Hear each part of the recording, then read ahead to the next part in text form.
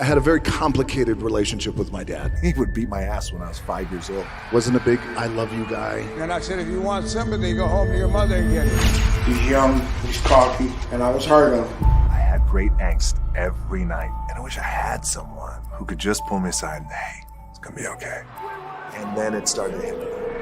What am I gonna do? Where am I gonna go? You have all these dreams, and none of it came true. I remember laying there in the ring, and it was crippling for me. 20,000 fans chanting Rocky sucks. You got sassy with me one time. I said, you'll never be as great. I was told, don't call yourself The Rock, call yourself Rocky. Out of respect for your dad, I hated the name. He said, you are throwing it all away. It is the worst mistake you will ever make. Bubba, do you want to speak to me? What are you doing to our son? And that was the beginning of the end. Well, I just wanted to make my own way. What's wrong with you? You're not like your dad. I'm 23 years old. I am forced to move back in with my parents. My dad was driving, my mom was in the passenger seat. They got into a very big fight. My old man makes a hard right, and he gets on the shoulder. My mom gets out of the car, and she walks right into the middle of I-65 and continues to walk down into oncoming traffic. I got out of the car, and I grabbed her and wrestled her over to the side of the road. She had a glazed look over her eyes that I had never seen before. Just like that, Dwayne became his mom's protector. But he couldn't protect himself from his dad. He would take me down to the wrestling mats, and he would beat my ass when I was 5 years old. He would always say, listen, if you're gonna cry, go home to your mother. If you're gonna throw up, go outside. And I wish I had someone at that time who could just pull me aside and, hey, it's gonna be okay. We lived in a small efficiency apartment. My mom and I came home, and there was an eviction notice on the door. It was the final eviction notice. My mom started crying. I felt like, I never want to be in this position again. What can I do? So at 14 years old, I thought, well, the heroes in my life, Muhammad Ali, for example, professional wrestlers, they're all men who have worked hard with their hands and they built their body. Yes, that's what I'm going to do. I'm going to do what my dad taught me and these other heroes. I'm going to go build my body so we're never evicted again. Instead of following his dad and grandpa into wrestling, he saw a different path to success. So I wanted to be the first one to buy my parents a house. My goal was to play in the NFL. I went on to University of Miami on a full scholarship. I became injured my senior year. I had a dismal senior season. Then it started to hit me. What am I gonna do? Where am I gonna go? What's happening? I'm 23 years old. I am forced to move back in with my parents. You have all these dreams, and none of it came true. All my friends around me, those teammates, they were NFL stars, and they became millionaires buying their parents a home. But I had fallen so flat on my face for the first time in my life. I was depressed. I worked so hard. Hard work pays. I always thought. It's not paying for me. I got nothing. Dwayne thought his own path had failed, so he turned back to the only thing he knew. I took a deep breath. I said, I'd like to get into the business.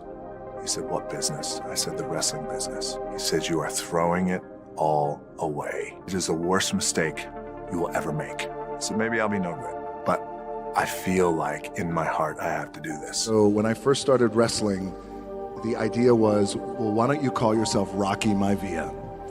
Out of respect for your dad, Rocky Johnson, and your grandfather, Peter Maivia. And I thought, well, I just wanted to make my own way, and I wanted to be independent. The powers that be said, nope, that's your name. I had great angst every night before I went out, because I was not able to be myself. 20,000 fans chanting Rocky sucks. I remember laying there in the ring, and it was crippling for me. And I came to the realization that it wasn't me, personally, that they didn't like. It was that I wasn't being me. I wasn't being real. I wasn't being authentic. I came back, we were on live TV. I grabbed the microphone and started chanting Rocky sucks. And I said, I may be a lot of things, but sucks isn't one of them. In that moment, The Rock was born. The Rock had grabbed the public's attention. Finally, The Rock has come! His skill and showmanship rocketed him to stardom, champion of the world. As a fan, I thought he was always one of, if not the most gifted performer to ever step in the ring. When I was at the height of my career, I was close to accomplishing everything that I wanted to accomplish. I knew going in, There's a shelf life to a career if I just wanted to get by on popularity. And I quietly walked away.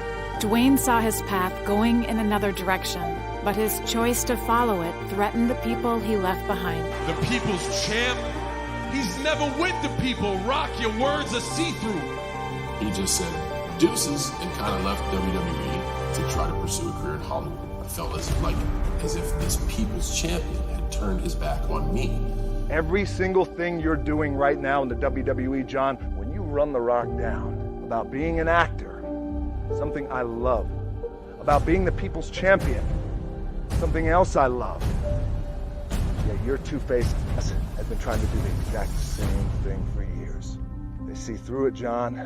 It got pretty heated, and it got pretty personal, each watching each other's every move and not too happy with the other party. But in order to follow his true path, he had to block out the noise from John Cena and other skeptics. Making the transition into Hollywood, there was no blueprint before me. I wanted to not only be good as an actor, I wanted to be great. I have to do everything I could possibly do to know the business of Hollywood. Then it got icy.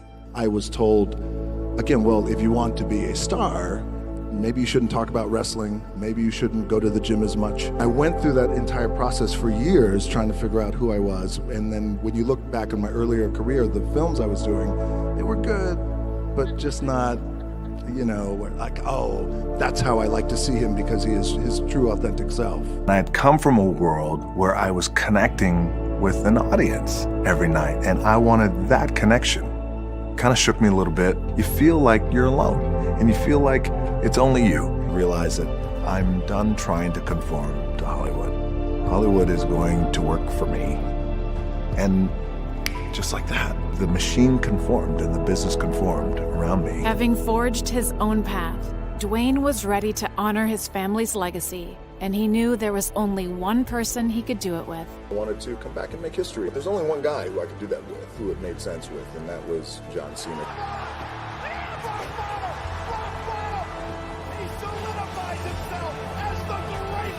I held him close and I said, if it weren't for you, I wouldn't be here today.